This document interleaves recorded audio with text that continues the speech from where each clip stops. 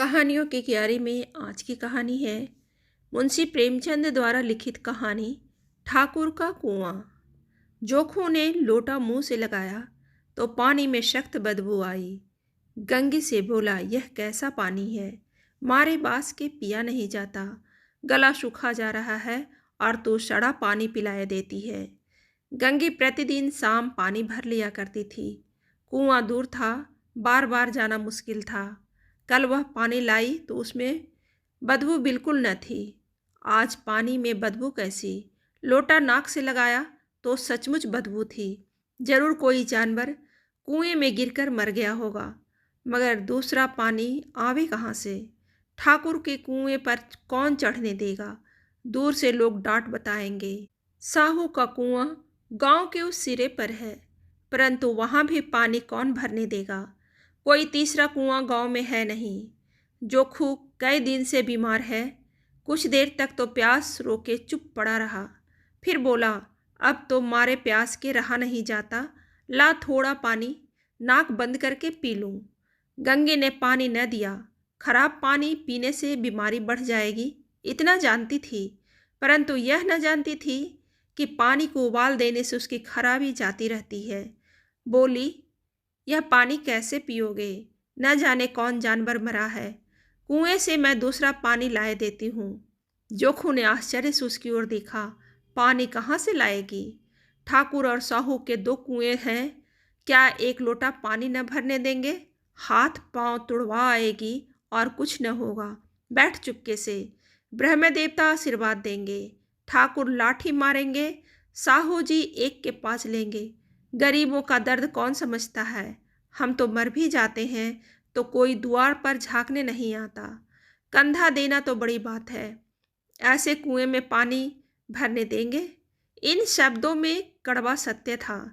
गंगी क्या जवाब देती, किंतु उसने वह बदबूदार पानी पीने को न दिया। रात के 9 बजे थे। थके मांदे मजदूर तो सो चुके थे।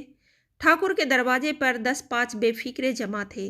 मैदानी बहादुरी का तो अब जमाना न रहा, न मौका। कानूनी बहादुरी की बातें हो रही थी।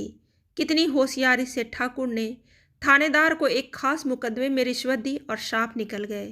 कितनी अक्लमंदी से एक मार्के के मुकदमे की नकल ले आए। नाजिर और मोहतमीम सभी कहते थे नकल नहीं मिल सकती। कोई 50 मांगता, कोई 100। यहाँ बेपैसे कौड़ी नकल उड़ा दी। काम करने के ढंग चाहिए। इसी समय गंगी कुएं में पानी लेने पहुंची। कुप्पी की धुंधली रोशनी कुएं पर आ रही थी। गंगी जगत की आड़ में बैठी मौके की इंतजार करने लगी। इस कुएं का पानी सारा गांव पीता है, किसी के लिए रोका नहीं, सिर्फ ये बदनसीब नहीं भर सकते। गंगे का विद्रोही दिल रिवाजी पाबंदियों और मजबूरियों पर चोटें करने लगा।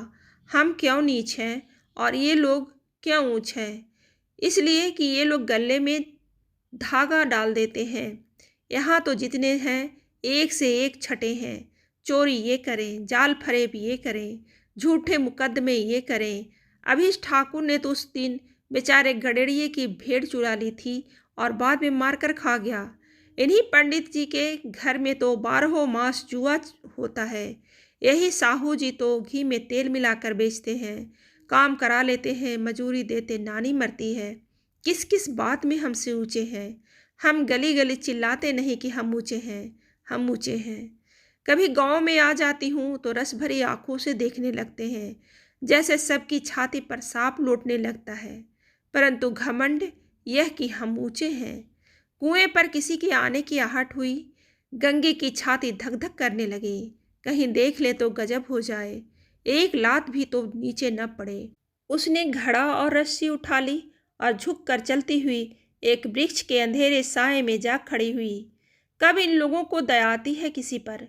बेचारे महंगों को इतना मारा कि महीनों लहू थूकता रहा, इसलिए तो कि उसने बेगार न दी थी। इस पर ये लोग ऊंचे बनते हैं। कुएं पर स्त्रियां पानी भरने आई थी, उनमें बातें हो रही थी। खाना खाने चले और हुक्म हुआ कि ताज़ा पानी भर लाओ, घड़े के लिए पैसे नहीं हैं। हम लोगों को आराम से बैठे देखकर जैसे मर्दों को जलन होती है। हाँ, यह तो हुआ ना कि कलसिया उठाकर घर लाते, बस हुक्म चला दिया कि ताज़ा पानी लाओ, जैसे हम लौंडिया ही तो हैं। लौंडिया नहीं तो और क्या हो तुम? रोटी कपड़ा नहीं पाती, 10-5 रुपये भी छीन झपट कर ले ही आती हो। और लौंडिया कैसी रहती है? मत लजाओ दीदी, छिन भर आराम करने को जी तरस कर रह जाता है। इतना काम किसी दूसरे के घर कर देती तो इससे कहीं आराम से रहती। ऊपर से वह एहसान मानता। यहाँ काम करते करते मर जाओ, पर किसी का मुंह ही सीधा नहीं होता। दोनों पानी भरकर चली गई तो गंगी वृक्ष की छाया से निकली और कुएं के जगत के पास आई। बेफिक्रे चले गए थे। ठाकुर भी दरवाजा बंद कर अंदर आंगन में सोने जा रहे थे। गंगी ने क्षणिक सुख की सांस ली। किसी तरह मैदान तो साफ हुआ। अमृत चुरा लाने के लिए जो राजकुमार किसी जमाने में गया था, वह भी शायद इतनी सावधानी के साथ और समझबूझ कर न गया हो। गंगी दबे पांव कुएं की जगत पर चढ़ी। विजय का ऐसा अनुभव उसे पहले कभी न हुआ था। उसने रस्सी का फंदा घड़े में डाला, दाएं बाएं चौकन्नी दृष्टि से देखा, जैसे कोई सिपाही रात को शत्रु के किले में सुराख कर रहा हो। अगर इस समय वह पकड़ ली गई तो फिर उसके लिए माफ़ी या रियायत की रत्ती भर उम्मीद नहीं। अंत में देवताओं को याद कर कर उसने कलेजा मजबूत किया और घड़ा कुएं में डाल दिया। घड़े ने पानी में गोता लगाया, बहुत ही आहिस्ता, जरा भी आवाज़ न हुई। गंगी ने 2-4 हाथ जल्दी जल्दी मारे। घड़ा कुएं के मुंह तक आ पहुंचा।